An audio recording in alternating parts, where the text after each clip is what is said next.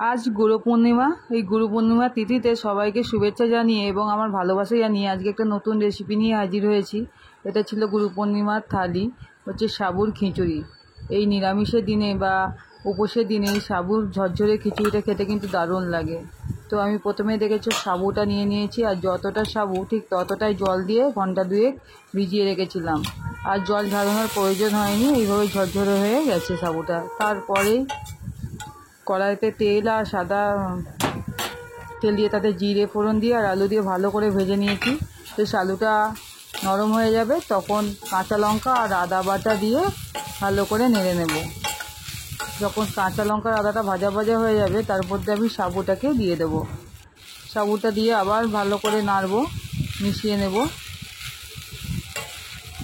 ভালো করে নেড়ে নিতে হবে।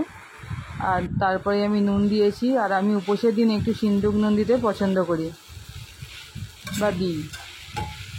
এইভাবে সাবুটা অনেকক্ষণ পর 5-7 মিনিট পর এইভাবে যখন হয়ে আসবে সাবুটা, তখন ঢাকা দিয়ে একটু সিম আঁচে দিয়ে রাখতে হবে। যখন শেষের দিকে হয়ে আসবে সাবুটা, বেশ সাবুটা ট্রান্সপারেন্ট হয়ে যাবে সাদা থেকে, তখন বাদাম, কাজু বাদাম, কিশমিশ এইসব দিয়ে মিক্স করে নিতে হবে।